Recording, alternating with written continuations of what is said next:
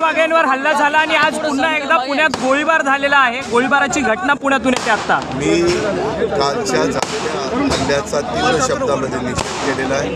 कुणीही बोलत असताना संविधानाने आपल्याला जो अधिकार दिलेला आहे त्या अधिकाराचा वापर करून शब्द वापरले पाहिजे।